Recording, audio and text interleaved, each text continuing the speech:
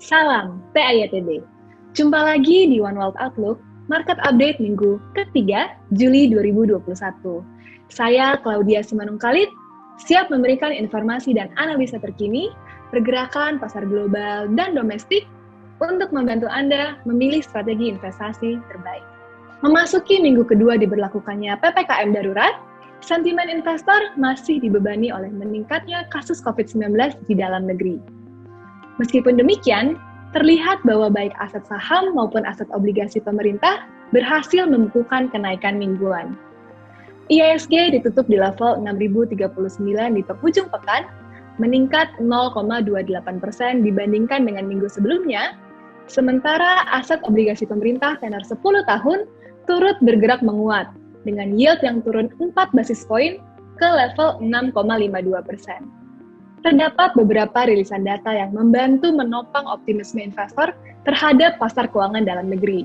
Yang pertama adalah data cadangan devisa negara Indonesia yang mencatatkan kenaikan di bulan Juni menjadi 137,1 miliar US dollar dari yang sebelumnya di bulan Mei yang berada di 136,4 miliar US dollar. Adapun rilisan data kedua yaitu indeks keyakinan konsumen yang meningkat dari level 104,4 di bulan Mei ke level 107,4 di bulan Juni. Namun, terlepas dari rilisan data yang positif per bulan Juni lalu, tidak dapat dipungkiri bahwa diimplementasikannya PPKM darurat saat ini akan berdampak pada laju pemulihan ekonomi di dalam negeri. Minggu lalu, Menteri Keuangan Indonesia Ibu Sri Mulyani memberikan pandangan terbarunya terkait ekonomi Indonesia. Beliau mengatakan bahwa sementara di kuartal kedua 2021, pertumbuhan ekonomi diantisipasi dapat mencapai hingga 7%, di kuartal ketiga, pertumbuhan ini berpotensi untuk melambat ke kisaran level 4%. Perlambatan ini dinilai dapat terjadi, khususnya jika penyebaran COVID-19 yang saat ini tengah berlangsung masih akan sulit untuk dikendalikan. Sebaliknya, jika lonjakan kasus dapat terkendali hingga akhir bulan Juli berkat PPKM darurat, beliau mengantisipasi bahwa kegiatan ekonomi dapat kembali diberlakukan lebih longgar di bulan Agustus, sehingga memungkinkan bagi ekonomi di kuartal ketiga tahun ini untuk dapat tumbuh hingga mendekati level 5%. Selain harapan akan efektifnya implementasi PPKM darurat, meningkatnya laju vaksinasi masyarakat juga merupakan kunci utama untuk akselerasi pemulihan ekonomi. Per akhir pekan lalu, investor kembali didatangkan dengan kabar gembira, dengan Indonesia yang kedatangan sebanyak 3 juta dosis vaksin Moderna dari Amerika Serikat.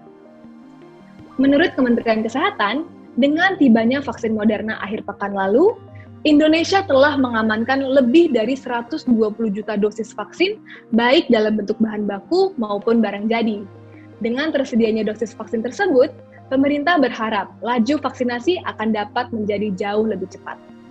Beralih ke pasar global, optimisme investor akan berlanjutnya pertumbuhan ekonomi di Amerika Serikat masih dapat terlihat sepanjang pekan lalu, dengan ketiga indeks saham benchmark Amerika Serikat yang masing-masing membukukan kenaikan mingguan, dan yang dimana ketiganya berhasil ditutup di level tinggi baru dengan indeks S&P 500 dan indeks Nasdaq menguat sebanyak 0,4%.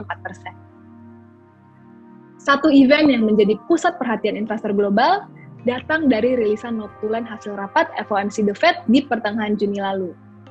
Di kesempatan ini, pejabat The Fed menyatakan bahwa masih terdapat ketidakpastian yang tinggi terhadap seberapa cepat masalah pasar ketenagakerjaan yang belum pulih, serta hambatan pada rantai pasokan dapat teratasi, di mana kedua hal ini telah berkontribusi terhadap resiko kenaikan inflasi. Sementara, menilai bahwa memang telah terdapat kemajuan positif terhadap pemulihan ekonomi, The Fed menyatakan bahwa kemajuan yang substansial masih belum dapat terpenuhi. Dengan pemulihan ekonomi yang belum terjadi secara merata, The Fed masih diantisipasi untuk dapat mempertahankan sikapnya yang dovish hingga paling cepat akhir tahun ini. Oleh karena itu, dengan asumsi kebijakan moneter Amerika Serikat yang akomodatif, penyebaran kasus infeksi COVID-19 yang dapat ditangani, serta laju vaksinasi yang dipercepat, faktor-faktor inilah yang dinilai dapat menopang optimisme investor pasar global untuk jangka waktu menengah ke depannya. Sekian informasi dan analisa kali ini. Untuk dapat mengikuti update pasar terkini, Anda dapat mengakses weekly market journal kami melalui link yang tertera pada layar. Dan jangan lupa untuk mengklik tombol subscribe, like, share, dan komen. Saya Claudia Simanungkalit, nantikan One World Outlook berikutnya di minggu depan. Salam TIATB.